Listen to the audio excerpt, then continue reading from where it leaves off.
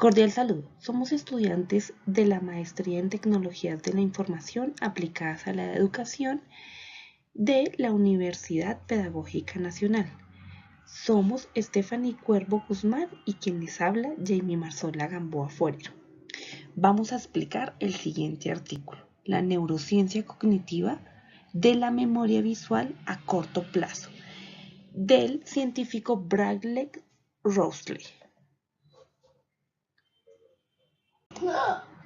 El contexto de la investigación se basa en la capacidad de retener información mental durante cortos periodos de tiempo. Está siendo remodelado por dos desarrollos importantes. Una es la aplicación de métodos de aprendizaje estadísticos de máquina, a menudo con una variante de multivariable de análisis de patrones, bien conocidas por sus siglas MVPA, a conjuntos de datos de resonancia magnética funcional, por sus siglas fMRI, y procesos electroencefalográficos EEG, y avances en nuestra comprensión de la fisiología y funciones de las oscilaciones neuronales a la hora de hacer los estudios. Los investigadores por décadas han realizado una reconsideración en el alcance entre la actividad del periodo de retardo y el periodo de almacenamiento.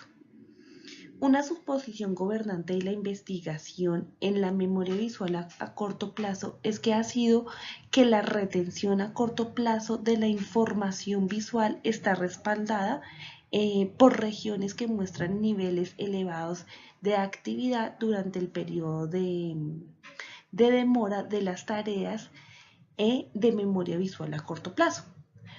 Por ello, se ha considerado que estas actividades tienen un periodo o muy corto o muy largo de retardo versus el almacenamiento de la información captada a través de la parte visual.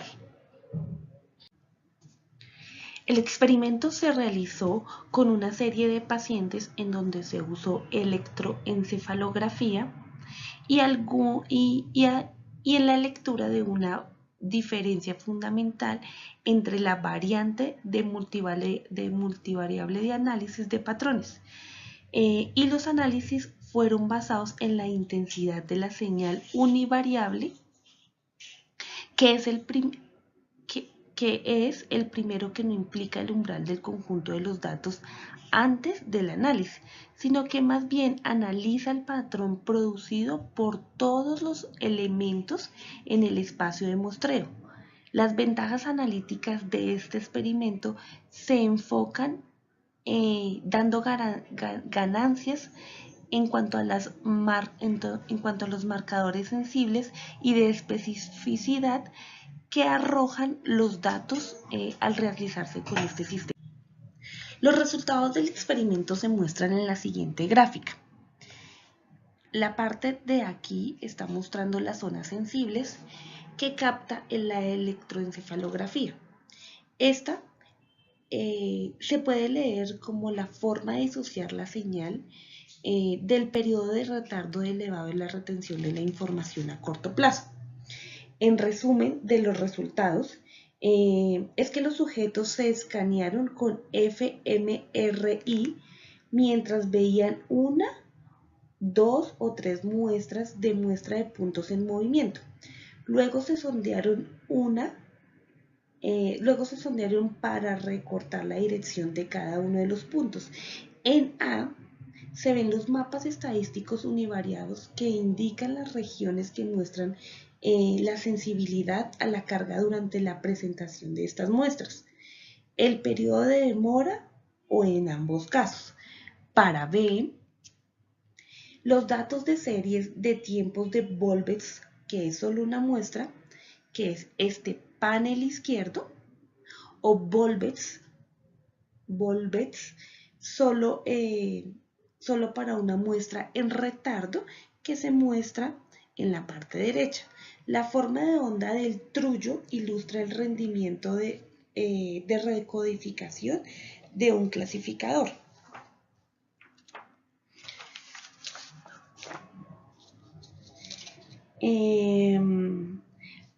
Para el caso de C, se muestran los diagramas de precisión neural contra precisión de comportamiento. Cada color corresponde a un sujeto individual y cada dígito, es decir, 3, 2 o 1, a la precisión neural y de comportamiento de ese individuo en cada carga de memoria correspondiente.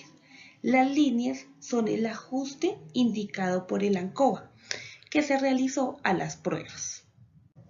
Algunas consideraciones de la investigación es que no es el caso que el surco intraparietal y la corteza frontal sean intrínsecamente indecisos, sino que nunca se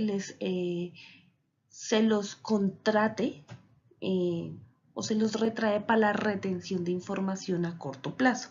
Un factor determinante de si una red participará en la retención a corto plazo de un tipo particular de información es si está involucrada en la percepción u procesamiento de esta información en situaciones que no requieren explícitamente el uso de la memoria visual a corto plazo.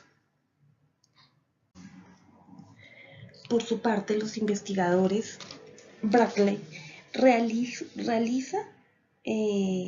un análisis multivariado de EEG en la memoria visual a corto plazo, es decir, STM, utilizando un enfoque de modelo de codificación progresiva multivariable similar a las funciones de sincronización de canal construidas para los componentes del Edge estrechamente filtrados. Las oscilaciones de la banda alfa que fueron evocados por el inicio de la muestra de memoria y las oscilaciones de la banda alfa cuya amplitud pero no la fase fue modulada por el inicio de la muestra, es decir, fue inducida.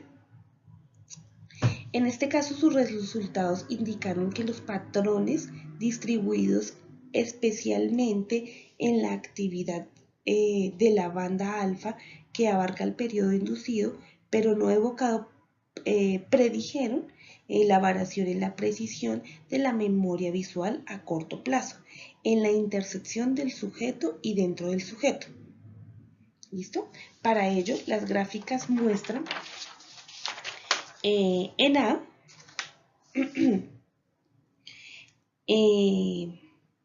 que los datos en fMRI de los círculos de lo largo de la línea de tiempo denotan la presencia de la muestra.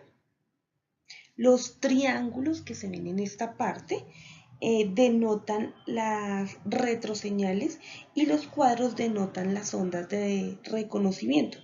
Los círculos en la parte superior de la gráfica indican la importancia estadística de una categoría de estimulación versus la línea de la base empírica de la evidencia de MVPA.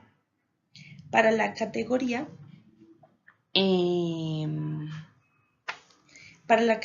que estuvo ausente en este ensayo. En B podemos ver que MVPA de datos de Edge de las convenciones gráficas de las mismas que en A, como lo acabé de explicar, con la excepción de que